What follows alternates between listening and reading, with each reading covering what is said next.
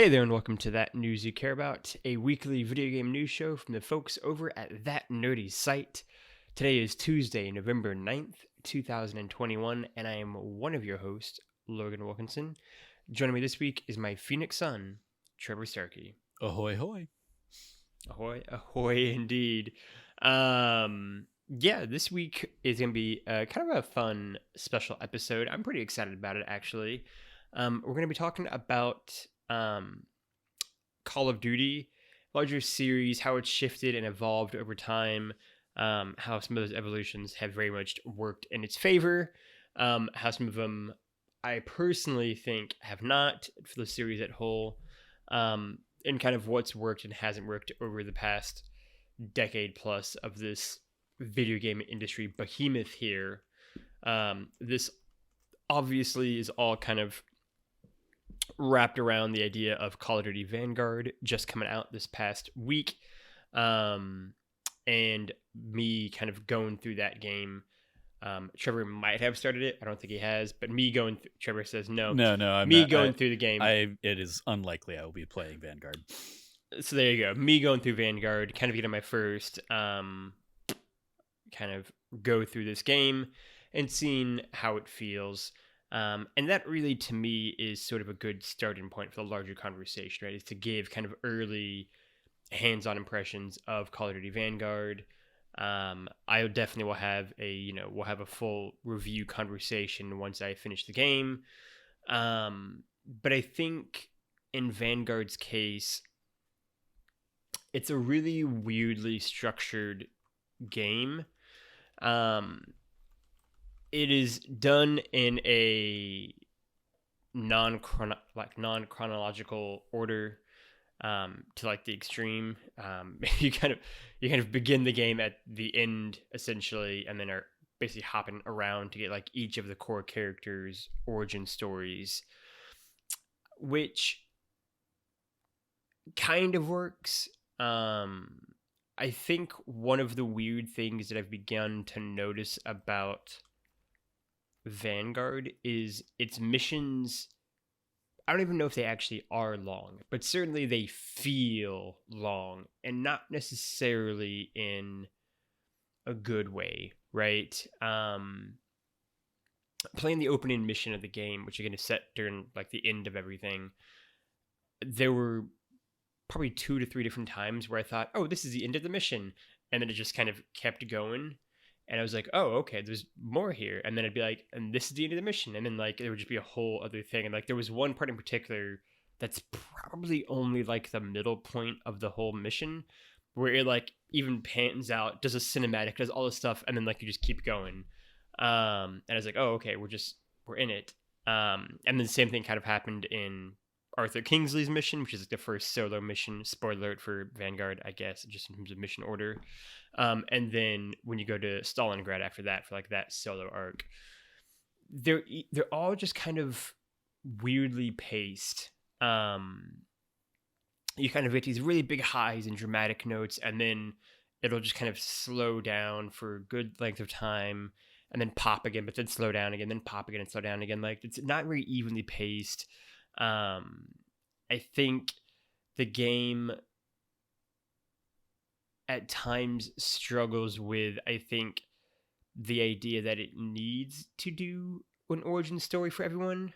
I think it struggles with the idea that like it had to kind of bop all around the globe to touch all these points, whereas in a lot of ways the most interesting part of the game to me is whenever it cuts back to, I'm using air quotes here, the present day being 1945, and like kind of catches up with what's going on with like the final mission kind of thing, because it keeps cutting back to that.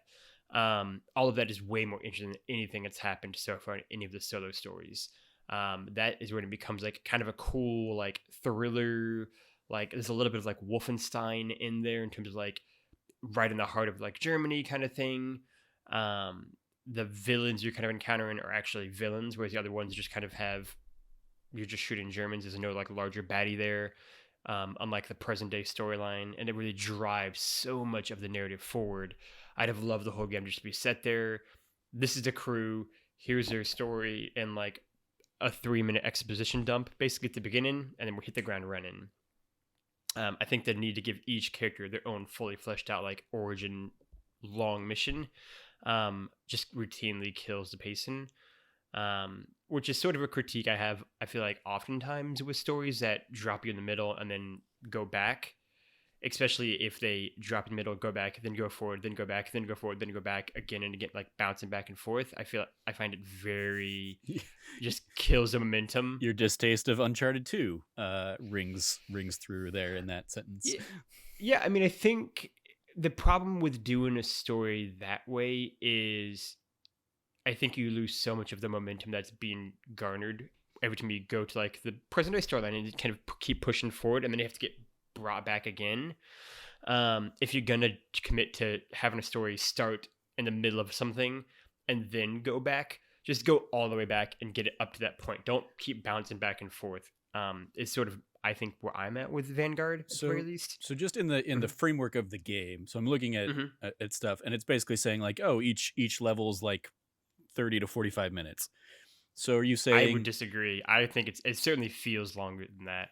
I mean, you play video games very slowly though, so there might be an element of that. I'm just seeing like what I'm seeing and how long to beat kind of conversations around the game. Mm-hmm. So is it like, oh, the first mission is like modern day, and you do that, and then you go into somebody else's story, and you kind of play through their thing, and then you come back to a modern day and see kind of the group's story kind of continuing in another mission? Okay. That's exactly. Not even another mission. It's just like a cinematic, and again, present day being 1945, and then it cuts back to a flashback, and then it cuts back to 45 again, and another cinematic, and then back to the solo story from earlier in the war, and then does that kind of again and again and again, as it flushes out how they all kind of got brought together. Okay. Right.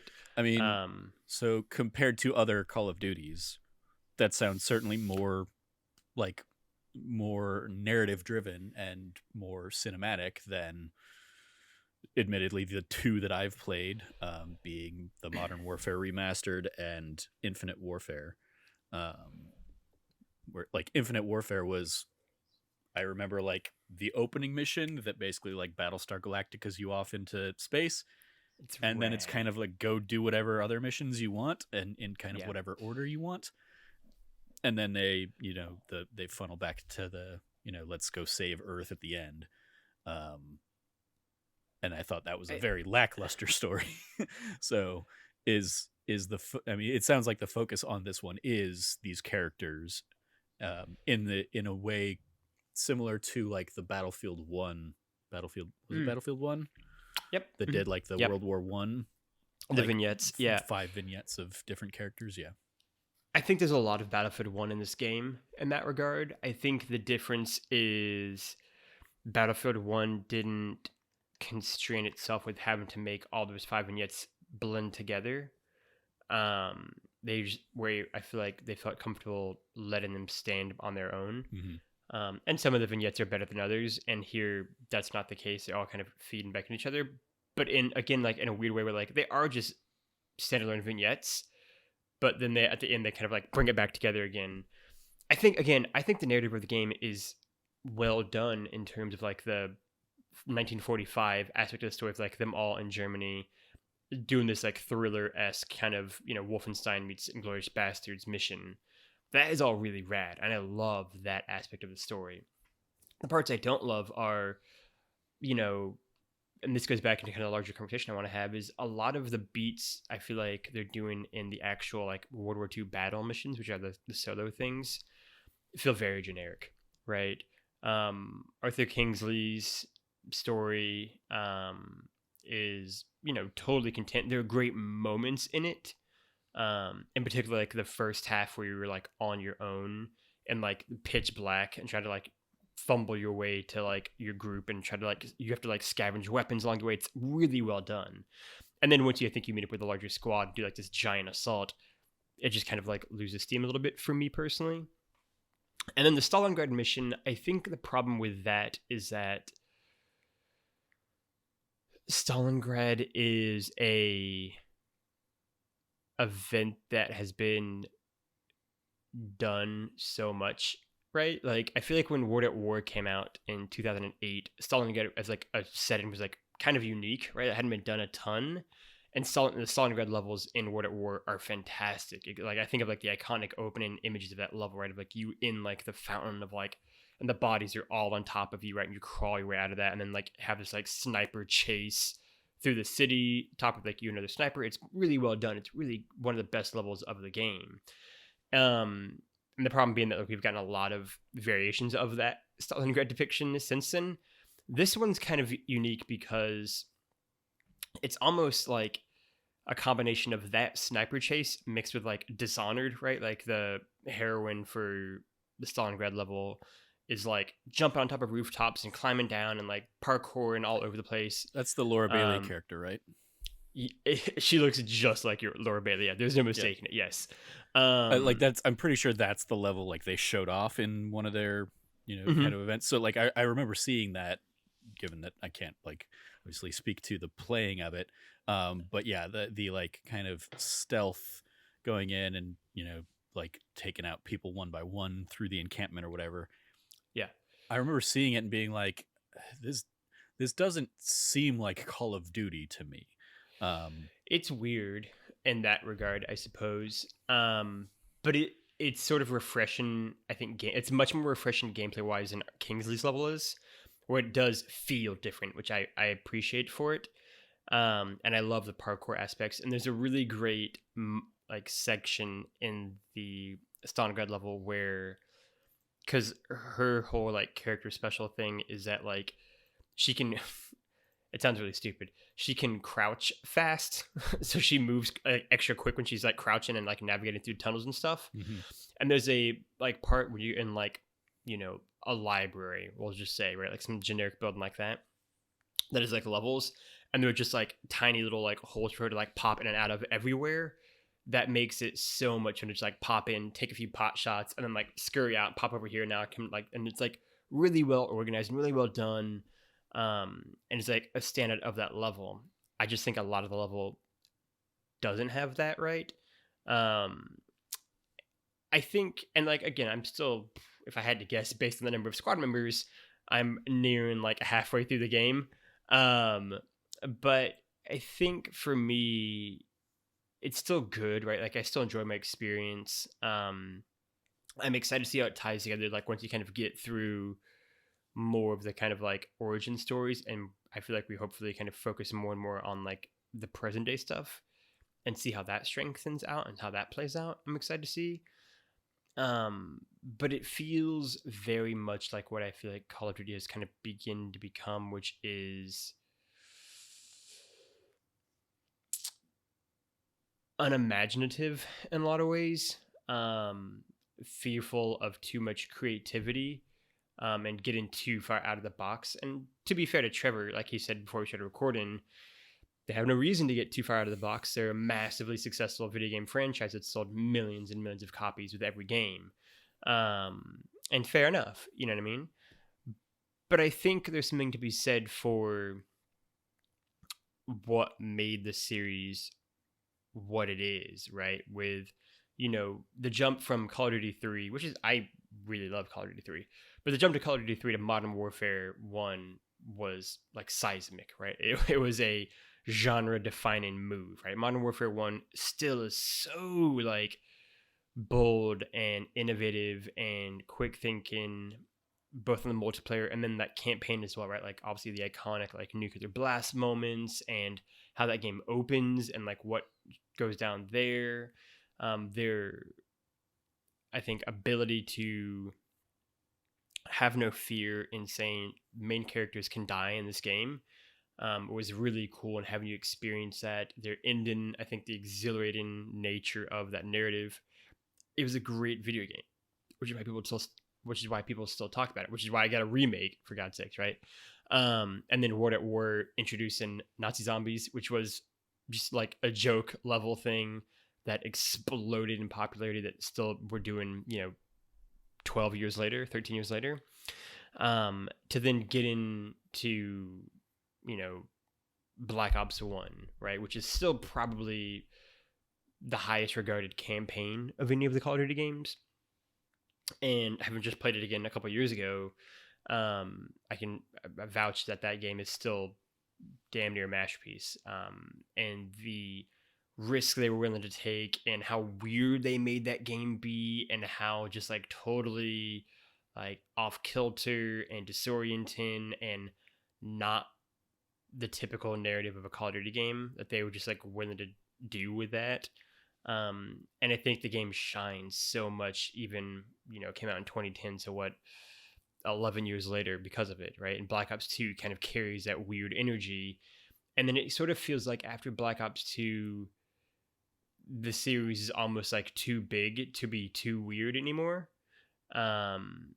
And whenever they did let themselves get out of that box a little bit, right? Like in Infinite Warfare's case, which is a game I really love, it maybe didn't do as good as some of the other ones. And so, they said, well, that didn't really work. That we gave it they gave them the one weird game. Didn't pan out that great. We'll go back to just kind of playing it safe, right?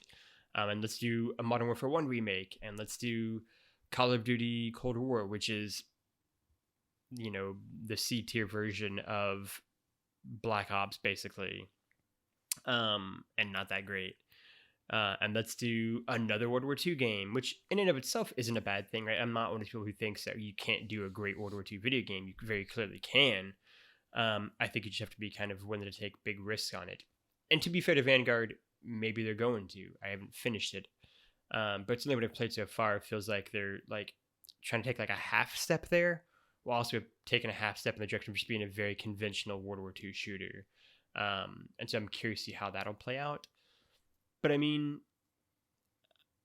it is this sort of thing of like Call of Duty is like an institution. And I think once you become something like that, it probably becomes just harder to innovate and do different things and be weird. And there's more, stakeholders you have, and there's more responsibility, there's more weight on the shoulders of the team making it in terms of like not screwing it up. Whereas, Black Ops was the fourth game in the Modern Warfare onwards series, and only the second one made by Treyarch, right? And the first one made by Treyarch, where they knew that they weren't doing World War II game onlys anymore. So there were very much a lot of, I think, freedom in that just isn't the case as much anymore. So I don't know. Those are kind of my initial thoughts on terms of like Vanguard and where it kind of falls in place the rest of the series. Larger kind of like series drift we felt, right? Like the most innovative part of Call of Duty now isn't in multiplayer and isn't in narrative, it's Warzone. And like kind of like the story they'll tell within Warzone, and the maps they'll tell within Warzone, and just like the multiplayer events they're doing, right? And bringing in like Rambo and John McClane, I feel like is where a lot of the fun weirdness. John McClane. Thank you, good catch. Although you never know. But yeah, John McClane feels like where they're kind of getting the energy out to be weird and kind of goofy and tongue in cheek. I mean, I would argue that they do all that stuff in the zombies mode and stuff like that. I mean, like the one of the zombies, the last zombies mode I remember seeing was like, hey, they're in space, or they're on the moon or something like that. Like, and I'm sure that was like a few games ago, but like that's where it seems to me they strike out and are like more, hey, let's be weird with these things, these ideas, but still within like a multi-billion-dollar franchise. I think Zombies is interesting because Zombies is sort of a microcosm of the larger series, right? Where Zombies started off as just like a one-level joke. It wasn't anything but just like if you beat the game, here's like this goofy zombie level, like, and that was the joke, right? It wasn't really anything more than that. And then it was really popular, so they ended up making more maps for it in that first game. And the important thing to note is that like zombies aren't in every Call of Duty game. And certainly not in the beginning, right? You'd have to wait for every Treyarch game.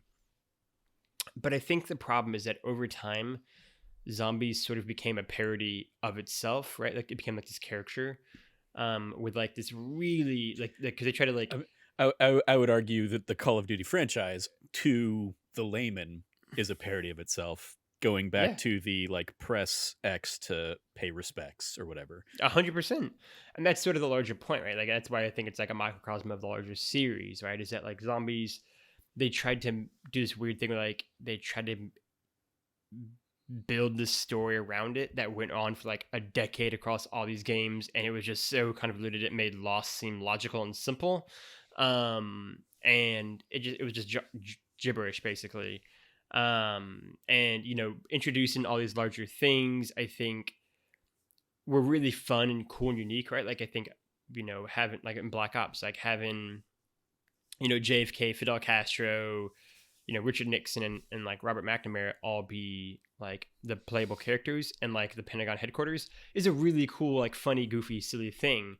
And then at a certain point in time, I feel like they like crossed the bridge into just like too. Again, all of these opinions are obviously my personal opinions, but it became like too camp, and too silly. And there are exceptions to that, right? Like, I personally like the idea of like it being really meta, in where like the whole zombies mode was a film set filming a zombie movie that has gone awry. That was sort of clever, but more often than not, over time, I just felt like they were just doing, well, we have to do a zombie mode because it's enormously popular, so let's just kind of figure it out, and it's on the moon now, whatever, sure. Like, in some ways, Call of Duty is very similar to me to another massively successful franchise in Grand Theft Auto, right? Where I've long banged the drum that, the fun and kind of goofy tongue-in-cheek humor of GTA 3, Vice City, and San Andreas is long gone. And I like they do this weird thing where like they either go too serious, like in 4, which doesn't really work, or if they don't go too serious, they're like too mean, I think, which is a lot of what I didn't like about 5.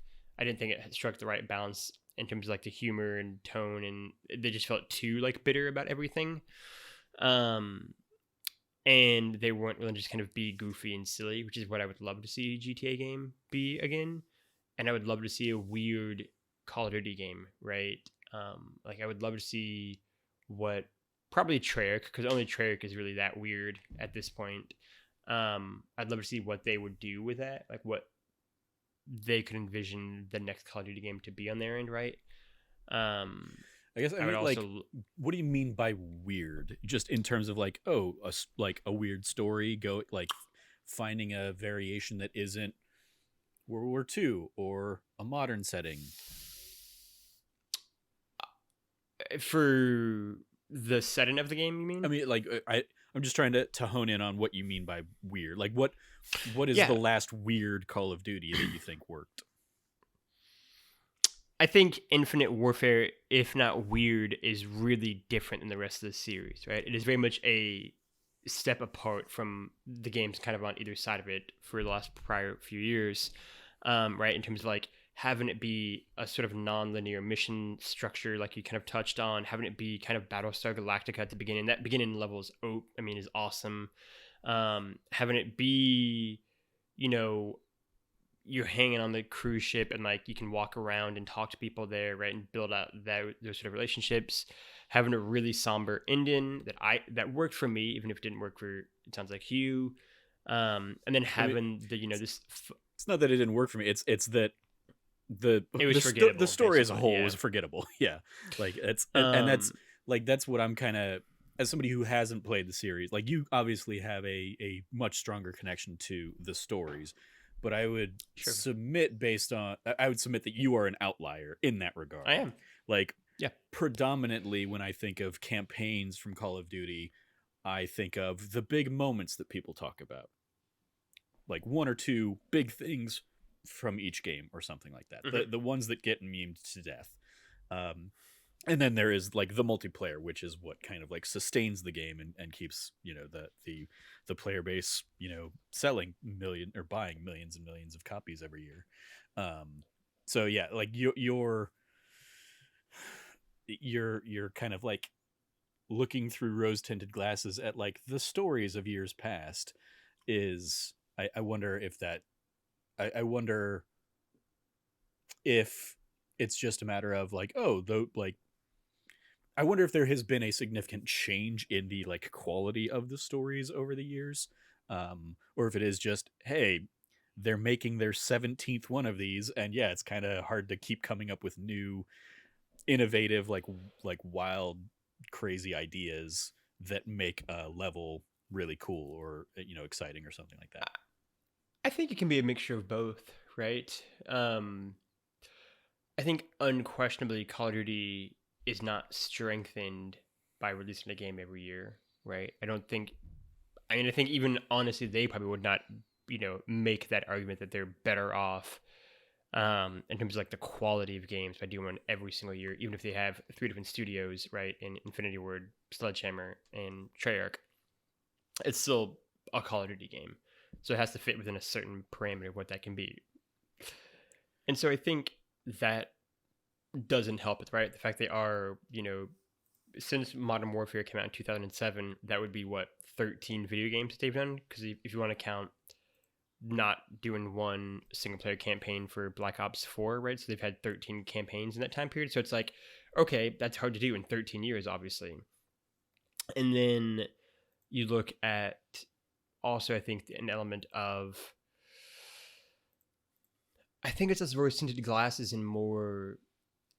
Call of Duty was so unique at the time in terms of like introducing a modern warfare game, right? Like the prior generations were so dominated by World War II shooters that doing something in like modern times that was really well done was like a breath of fresh air, right? And then they kind of became a victim of their own success, right? Mm-hmm. Because then it became, well, people like that. Let's keep making more. Let's do Modern Warfare 2 and 3 and, reboot it and let's go into the future more and more and more and more.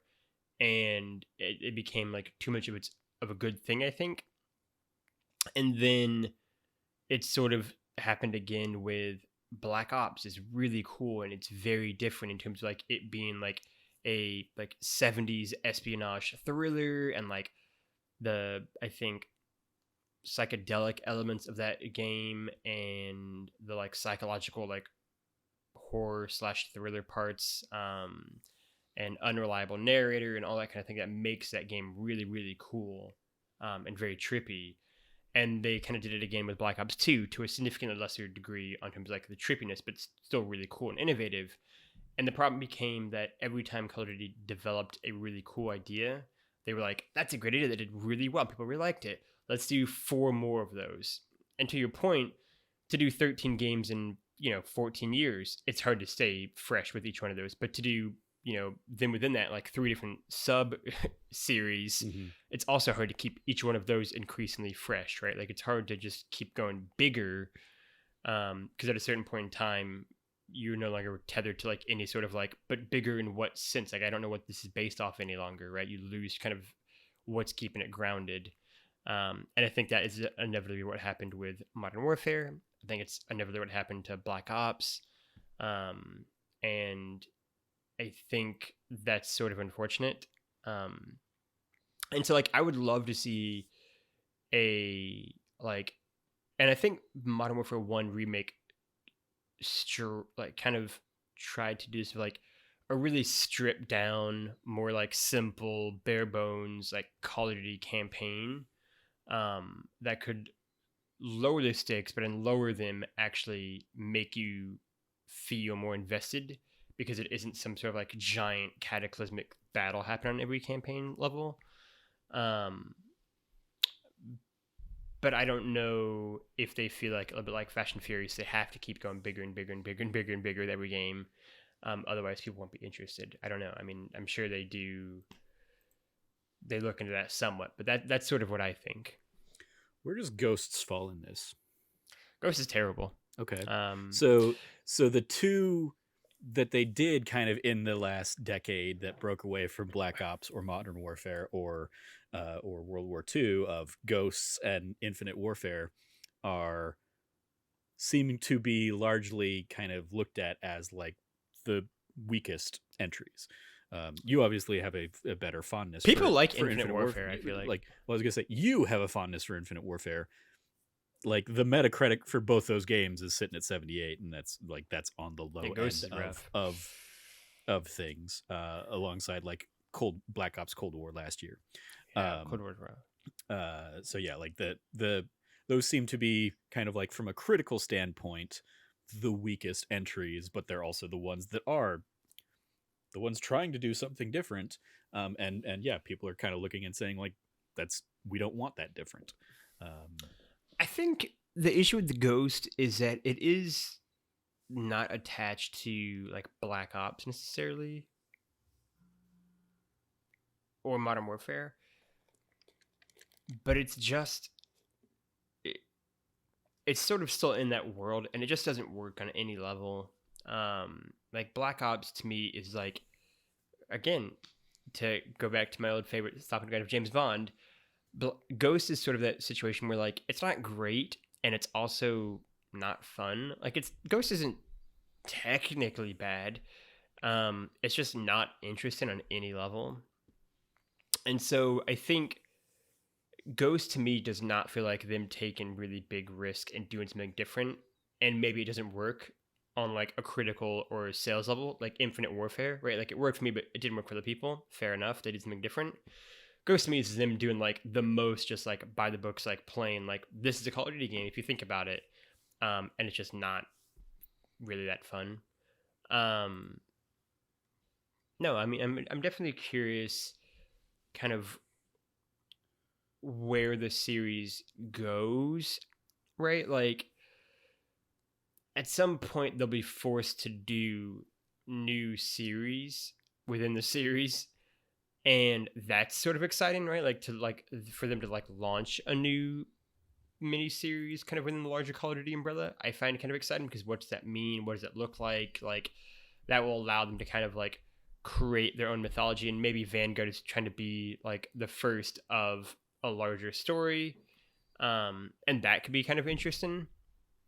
I just don't know, right? But I think for me as a Call of Duty fan who does play these games for the campaigns almost exclusively, um, that's what I find most exciting. Is this idea of like, what if they do finally just let Modern Warfare and Black Ops just rest for you know a couple games at least, and then work on developing either single like standalone game experiences or building out like a new franchise maybe with a new group of characters and a new time period, whatever it might be.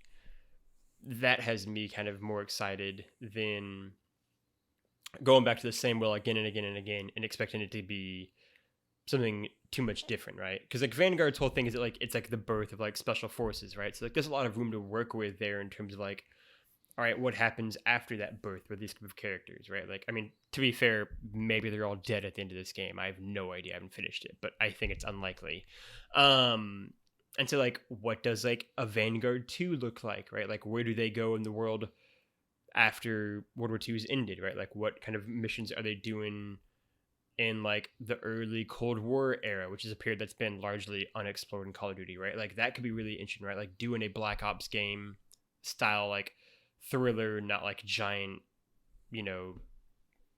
war battles necessarily, more like clandestine, like spy thriller thing, and like the early 50s or late 40s looked like. What does it look like in like the 50s and 60s? Like, what do those kind of missions look like? Because those routinely are the ones that like really stand out to me, even on a game that I have pretty big issues with, like last year's Call of Duty Cold War.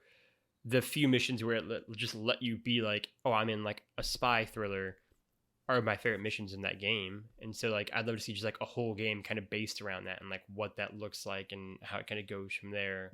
I'd love to see them kind of chart this continuing growth of the Vanguard team, or them just do something completely different. Like what would if they just fully committed to like, here's Call of Duty space, like there's a space game like Infinite Warfare.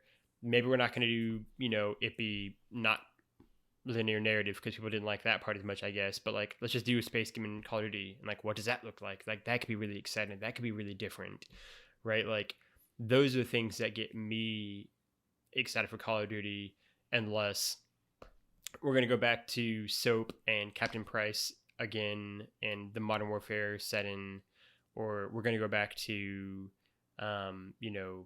Black Ops again and bring back from the dead, these characters for like the third time. It's like, no, like it's okay. We don't need to do these same stories again and again and again. Like it just feeds back into the larger video game issue I have, I guess, is my final point of just like, it's okay to just let things end and like stop and do new things now. And that's not how business works at all. Like that's the reality of it. Is Activision Blizzard is like the one of the largest publishers in the world because they don't do that. Because they take that IP, turn it into a $1 billion mobile game of Call of Duty Mobile. They kind of jump on the battle royale train with Warzone and bring in 100 million players. And then they monetize the hell out of that. They monetize the hell, like, again, the campaign, like, clearly Black Ops 4 sold fine without a campaign. So, like, if anything, I don't know. It's more shocking that they actually decided to start doing campaigns again with Cold War and now Vanguard, as opposed to just being like, hey, turns out we can sell the multiplayer aspect for $60 and it'll do just fine. And then they'll continue to make more money off of that after the microtransactions and stuff like that. And that's, I mean, from a business standpoint, that's going to rule over everything. And we can hope that they'll decide somewhere along the line that they still want to have like a creative flavor to those games. The heads at Treyarch and Sledgehammer and I don't remember who the third one is. Infinity Ward. Like, they want to still have some kind of like creative outlet, presumably, and putting stories into those games. But at the end of the day, Activision might say, hey, it's not coming together, but how's the multiplayer suite? That looks good. Okay, fine, get that out the door. And yeah, you can put, extra things into the multiplayer as downloadable, like sales in the shop or something like that. Or you can patch something into zombies mode after or something like that. Like, that's, and hey, maybe at some point the campaign ideas from Black Ops 4 get repurposed into something else. Just down the line when they've got more time to figure out how to make it work on their 3-year kind of rolling timetable. But yeah, I don't see them doing the Ubisoft thing of, hey, we're going to give Assassin's Creed a couple years off to like really retool this, because they don't need to. Like, games are still making money hand over fist. Even if they're not selling as many units now, they can throw those games on Game Pass or throw it into PlayStation Plus, get a whole bunch of, influx of new players, and then they start making their money off of those new players that are coming into the game and stuff. So, like, I mean, that, unfortunately, that's the reality of the thing, is that like you're the weird guy that like plays Call of Duty for the story.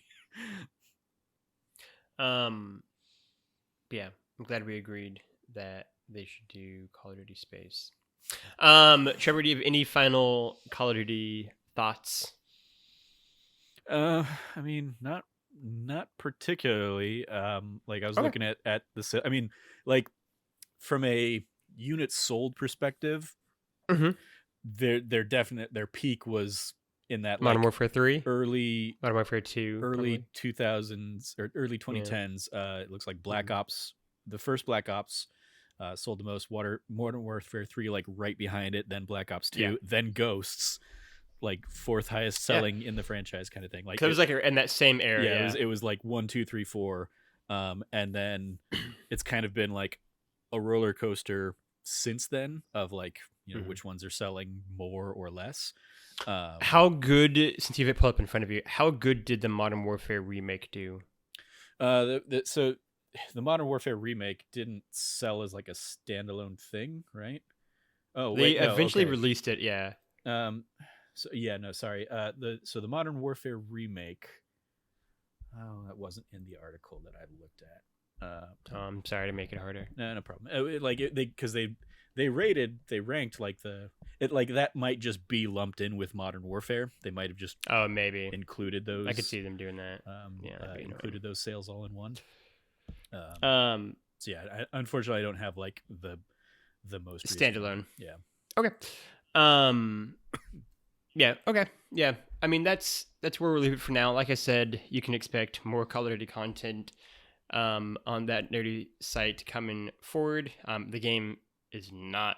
I can't imagine there's that much to it. I literally played it all in like one sit-in on Monday. Times a Flat Circle. One of the days this weekend. For just like 4 hours, 5 hours. It was a very nice game session. Wish the game had been a little bit better, but it was a nice game session. So we will leave it there. Trevor, do you have any shout outs that you brought this week? Nothing comes to mind now. We're hopping right into it then. That is the show. Thank you for listening. If you like what you heard, you can go over to youtube.com/thatnerdysite. Like, subscribe, share the video with your friends, family, neighbors. Rate and review us on iTunes. Find us on your favorite podcast service around the globe, such as all the other ones that exist. Apple Music. And you can also go over to thatnerdysite.com, like all of the wonderful readers have over the years. I guess I didn't really have a good thing for that one. Also twitch.com/thatnerdysite, I would assume. Twitch.tv. Twitch.tv. I always get the TV part wrong. Where you can find all of our Twitch streams, including this upcoming month. I don't know what the right word for that. I don't think it's this week when this goes live. But this upcoming month, in the month of November, we'll have our anniversary stream. Is it going to be this week? Last time you told me it was going to be this weekend, but I've not been in the loop on what you guys are planning. This month, it'll be in November. You'll be able to watch the anniversary stream where the Austin crew will be doing for the year 3 celebration for That Nerdy Site. Frank keeps getting games that he's adding to the thing. Pretty excited about it. So stay tuned to that over there at twitch.tv/thatnerdysite. And again, you can also go to thatnerdysite.com where all the features, articles, and podcasts go live pretty much every day of the week. It feels like over there as well. Otherwise, you can go find Trevor at Trevor J. Starkey on the internet. Trevor, anything that you want to plug? I'm finally finishing the NES Classic games on our Let's Play series, YouTube.com. Absolutely, bravo. /thatnerdysite. One of the first things I started doing back when we started doing Let's Plays last year was the That Retro Gaming Show, That Retro Gaming Show. Which the idea of that is I sit down and play old games. And I basically have on and off been playing through the NES Classic 30 games on there. This week I wrap up with Star Tropics, and then on the Thursday episode will be Kirby's Adventure. Yes, love it. Then from there it becomes, do I do Sega Genesis? Yes, or do I obviously do Super Nintendo? So yeah, I don't know. Actually, wait for Sega Genesis for a couple months. But very exciting. Very, very proud of you for doing that. You do great Let's Play content. Last week in particular was a banner week of That Retro Gaming Show, if I say so myself. Always good. My favorite thing about That Retro Gaming Let's Plays in particular is, and it happens not every episode, but probably at least half of them, there's just a moment where Trevor just goes, you know what? I've decided, fuck this. And it's so good. It's like sometimes you can see it build, like in the Dr. Mario episode. Mm-hmm. And sometimes it just happens suddenly, like in the Punch-Out episode, where he's just like, you know what? Fuck it. Fuck it. That guy, too good. Yeah. And it's always great. If nothing else, Trevor makes great content. So yeah, absolutely go check out those. Go check out Star Tropics, which is already live as you listen to this, and go check out, or be, I guess, excited to check out the last episode of That Retro Gaming Show. Even more so because it is Kirby related, and I love those Kirby games. So yeah, go check out that. You can go find me at Lefty Logie or Lefty Logie, Logy, on the internet. I will also echo the Let's Play shoutouts, obviously. And in addition to that, I will give a shout out to last week's episode of That D Plus Show, which featured, unless I'm mistaken, Trevor, Cameron, Frank, and Christian talking about Star Wars Visions episodes 4 through 6. Yep. And this week we'll go check out 7 through 9. 7 through 9. Go check out all of that. I always love to see Christian come back on the content. He's a very, very good boy. And yeah, I am always in favor of us talking about Star Wars. So go check that out. Go check out and be excited for this week's kind of wrap up episode of Star Wars Visions as well. And all of the Thanksgiving themed content we have as well. I know we have it mapped out, but we might do something. I kind of want to do something special for like a Thanksgiving episode this month if I can figure out something to do it around. But for Disney Plus, there's like nothing. Yeah, there's like I'll figure it out. That's I resorted to last year doing. There's a Simpsons episode, Simpsons right? Like Bart versus Thanksgiving, and that was like the only thing I could find. Disney Plus exclusive is going to become loose potentially in the future. So yeah, go keep an eye out for all of that content. Even and stepping outside of that, Thanksgiving is not typically a like, hey, let's do a Thanksgiving episode. Major holiday. It doesn't get the respect it deserves. Thanksgiving's a great holiday. I mean, it's, well, like a lot of the shows historically, like sitcoms, basically took the month off. Yeah, that's right. Because sweeps happen in yeah, go look out for that. You can go find That Nerdy Site at That Nerdy Site on the internet. And otherwise, for myself, for Trevor, for all of us here at That Nerdy Site, thank you for listening. Play your games and be good to each other.